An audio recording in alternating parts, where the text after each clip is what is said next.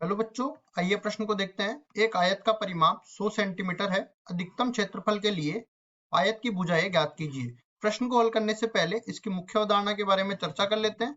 मुख्य अवधारणा, तो यहाँ पे देखो, जब भी हमें अधिकतम या निम्नतम की बात आती है तो हम लोग जाते हैं अवकलन के अनुप्रयोगों में। इसमें क्या होता है, जैसे मान लो कि y बराबर में fx कोई फलन दिया गया है हमें, और इसका एक बार अवकलन कर दिया तो dy बटा dx f डेश x के बराबर आ गया मान लो। अब उसके बाद में देखिए, हम क्या करते हैं, इसके क्रांतिक बिंदु निकालने के लिए f डेश x को 0 के बराबर कर देते हैं, और मान लो यहाँ से x1 और x2 दो क्रांतिक बिंदु मेरे को मिल गए। अब इसका द्वितीय अवकलज परीक्षण करते हैं, तो द्वितीय अवकलज परीक्षण के लिए इसको दो बार अवकलित करना पड़ेगा।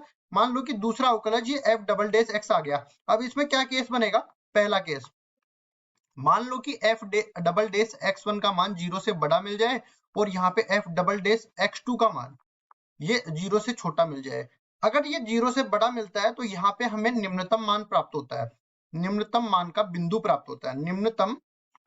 निम्नतम मान का बिंदु कौन सा बिंदु होगा, x1 निम्नतम मान का बिंदु है, x बराबर में x1। और इसी तरह उच्चतम मान का बिंदु कौन सा हो जाएगा, उच्चतम मान का बिंदु ये हो जाएगा x बराबर में x2।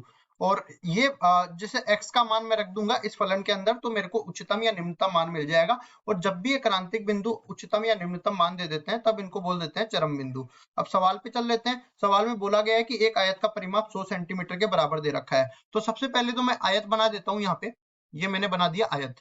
अब इसमें देखो, इसकी लंबाई को मैं x बोल देता हूँ, इसकी चौड़ाई को मैं y बोल देता हूँ। तो आयत का परिमाप मैं लिखता हूँ, आयत यहाँ पे लिखता हूँ, आयत का परिमाप, आयत का परिमाप ये किसके बराबर होता है, ये बराबर होता है 2 गुणा में लंबाई प्लस चौड़ाई। तो लंबाई प्लस चौड़ाई यहाँ पे इस तरह से आ जाएगा, और ये किसके बराबर दे रखा है, 100 सेंटीमीटर। 100 सेंटीमीटर के बराबर ही दे रखा है ना, हाँ 100 सेंटीमीटर के बराबर दे रखा है। तो यहाँ से देखो x प्लस वाई का मान किसके बराबर मिला, 50 के बराबर मिल गया। और y का मान x के रूप में निकालूंगा तो ये 50 माइनस x के बराबर मिल जाएगा। अब देखो, हमें बोला गया है कि इसके क्षेत्रफल को जब अधिकतम होगा तब भुजाएं ज्ञात करें। तो क्षेत्रफल किसके बराबर हो जाएगा, एक्स वाई के बराबर आ जाएगा। अब इस पूरे को न्यूनतम मेरे को अधिकतम बनाना है, तो यहाँ पे या तो पूरे मान को मैं x के रूप में लिखूंगा या पूरे मान को y के रूप में। तो ये देखो किसके रूप में लिख सकते हैं, x के रूप में। y बराबर हो जाएगा 50 माइनस एक्स। इसको आगे हल करेंगे तो a बराबर हो जाएगा 50x माइनस में एक्स स्क्वायर। अब इसके बाद में देखो, इसको न्यूनतम बनाना है तो इसका अवकलन कर देंगे x के सापेक्ष में, तो ये बराबर हो जाएगा 50 माइनस में 2x के बराबर।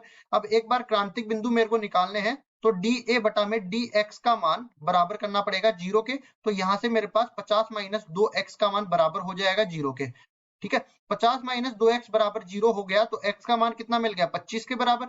अब देखो x बराबर 25 पर हमें देखना पड़ेगा कि न्यूनतम मान का बिंदु है या अधिकतम मान का बिंदु है। तो जो dA बटा dx है इसका एक बार और अवकलन करना पड़ेगा, तो d2a बटा में dx2 बन जाएगा। मतलब कि जो 50 माइनस 2x था इसका एक बार और अवकलन कर देते हैं तो ये माइनस 2 के बराबर प्राप्त होगा, जो कि ऋणात्मक है। तो यहाँ से देखो कोई बिंदु रखने की जरूरत ही नहीं है, ये ऋणात्मक अपने को प्राप्त हो गया। तो मैं कह सकता हूँ कि x बराबर 25 उच्चतम मान का बिंदु है। जब ऋणात्मक आता है तो उच्चतम होता है, उच्चतम मान का बिंदु है। इसका मतलब क्या है कि जब मेरे को क्षेत्रफल का मान अधिकतम प्राप्त होगा जब x का मान 25 के बराबर, और x को क्या माना था मैंने, लंबाई।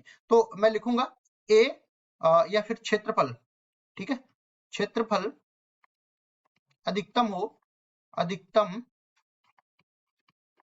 हो इसके लिए आवश्यक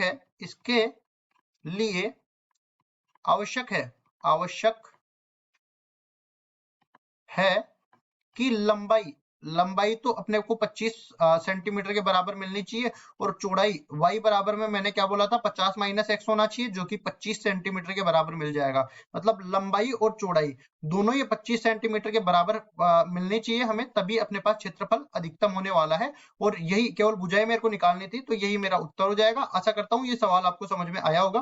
धन्यवाद।